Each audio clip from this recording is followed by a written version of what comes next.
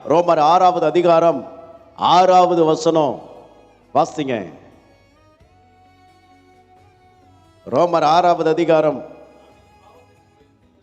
நாம் இனி பாவத்திற்கு ஊழியம் செய்யாதபடிக்கு, பாவ சரீரம், பழைய மனுஷனை குறித்து சொல்லப்பட்டிருக்குது. பாவ சரீரம் ஒளிந்து போகும் பொருட்டாக நம்முடைய பழைய மனுஷனை அவரோட கூட சிலுவையில் அறையப்பட்டது என்று அறிந்திருக்கிறோம். கரங்களை உயர்த்தி தேவனை மகிமைப்படுத்துவோம். இந்த பழைய மனுஷன் என்னானா? அவரோடு கூட அவன் சிலுவையில் அறையப்பட்டாயிற்று.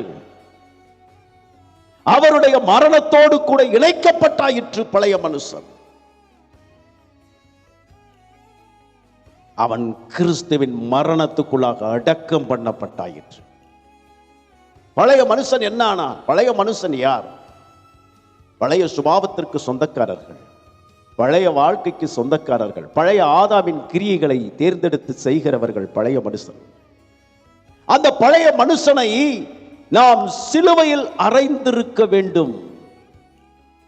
இயேசு கிறிஸ்து நம்மை சந்திக்காமல் நாம் வாழ்ந்து கொண்டிருந்த அந்த பழைய வாழ்க்கை, தேவன் என்றைக்கு நம்மை சந்தித்து நம்மை புது சிருஷ்டியாக மாற்றினாரோ அப்பொழுது பழையவைகள் ஒளிந்து போயின, எல்லாம் புதிதாயின.